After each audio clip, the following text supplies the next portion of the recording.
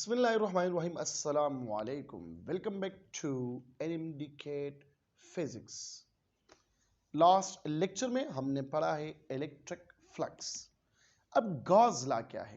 Gauss law तो खैर आप लोगों के सिलेबस में भी नहीं है, लेकिन क्यों डिस्कस कर रहा हूं?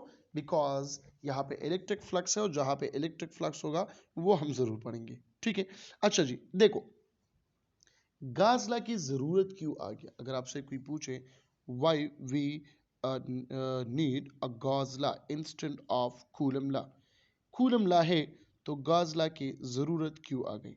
ये इस वजह से क्योंकि coulomb law is only valid for two charges, only for two static charges, only for 2 point charges, only for what? Two charges।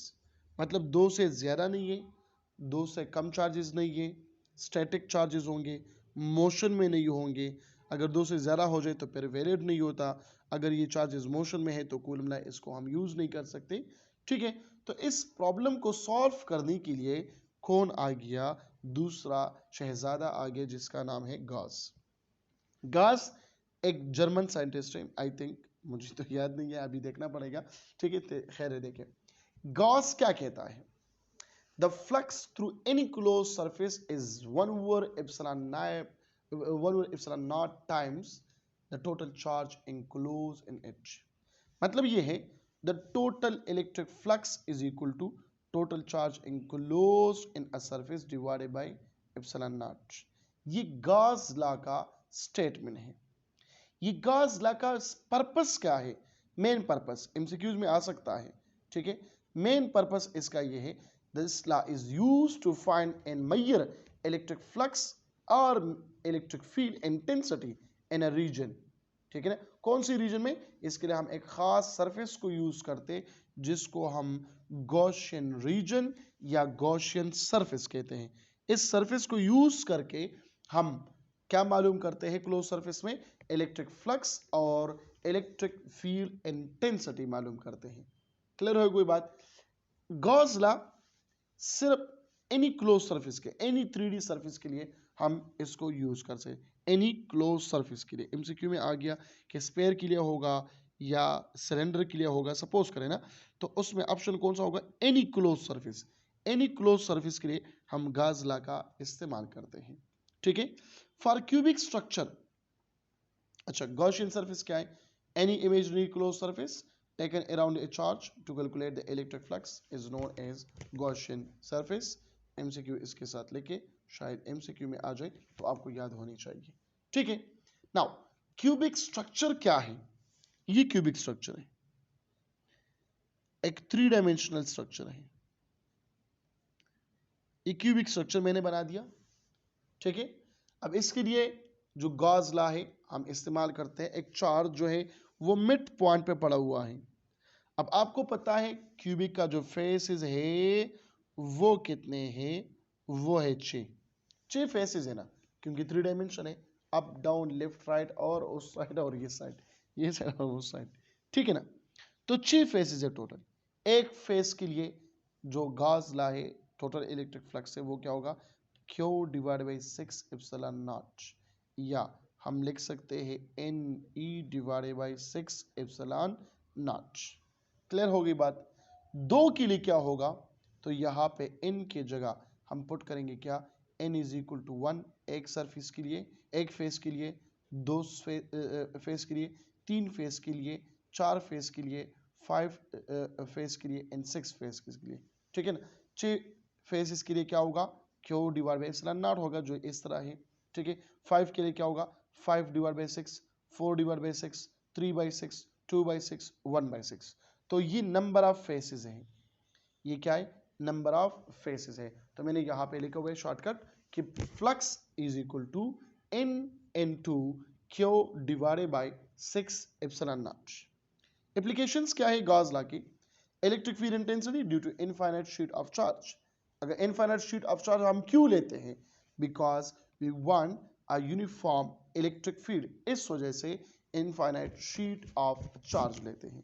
ठीक है, इसका जो मैथमेटिकली फार्मूला है वो क्या है? वो है E is equal to sigma divided by 2 epsilon not.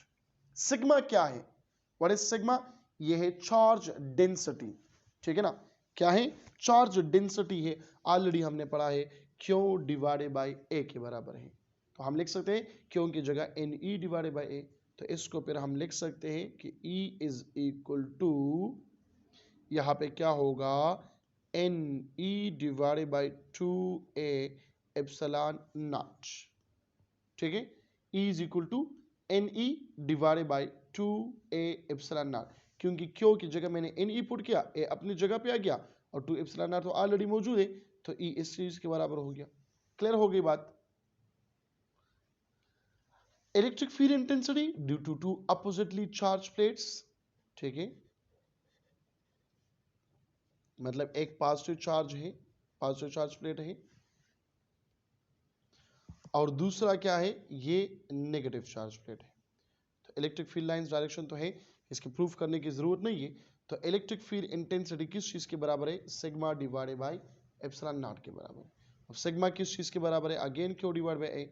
इसको हम लिख सकते हैं again n e divided by a epsilon naught होगा। यहाँ पे क्या 2 एप्सिलॉन नॉट, यहाँ पे ए एप्सिलॉन नॉट है। समझ गई बात की? तो इन दोनों के दरमियान अगर हम रिलेशन मालूम करें, किसके दरमियान? Electric field intensity due to infinite sheet of charge and electric field intensity due to two oppositely charge plate, इन दोनों के दरमियान रिलेशन मालूम करें। तो रिलेशन क्या होगा?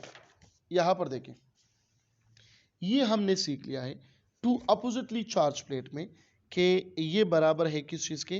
नेट इलेक्ट्रिक फ्लक्स, नहीं sorry, electric field intensity is equal to sigma divided by epsilon not.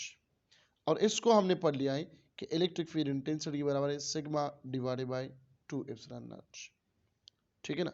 ये ई होगा और यहां पर भी आप क्या लिखे? ई लिखिए, ठीक है।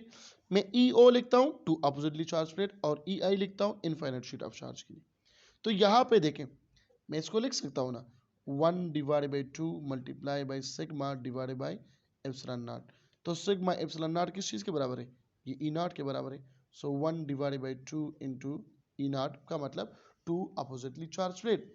जो ई इनफाइनाइट शीट ऑफ चार्ज है ये हाफ है किस चीज का? 2 अपोजिटली चार्ज प्लेट है। क्यों हाफ है? आंसर तो होनी चाहिए ना। तो यहां पर देखिए, एक शीट ऑफ चार्ज है यूनिफॉर्म, ठीक है, इनफाइनाइट शीट ऑफ चार्ज है। तो यहाँ पे जो ई है वो बराबर है किस चीज के? Sigma divided by 2 epsilon naught के। अगर मैं एक और शीट ऑफ चार्ज ली, फॉर एग्जांपल नेगेटिव है, तो ई इज इक्वल टू क्या होगा इसके लिए? 2 divided by sigma divide by 2 epsilon not. तो दो हो गई कि नहीं हो गई? जब टोटल मालूम कर रहा हूं, ई नेट मालूम कर रहा हूं, तो क्या होगा? Sigma divide by 2 epsilon not plus sigma divide by 2 epsilon not. तो ये बन गया sigma divide by epsilon not को कॉमन करें, बनेगा क्या? 1/2 प्लस 1/2। सो 1/2 प्लस 1/2 से क्या बनता है? 1 बनता है। तो sigma divide by epsilon not बनेगा। समझ गए बात की? ठीक है, तो इसका रिलेशन हम ऐसे लिख सकते हैं। मिलते हैं नेक्स्ट लेक्चर में। अपना ख्याल रखिएगा। अल्लाह हाफिज।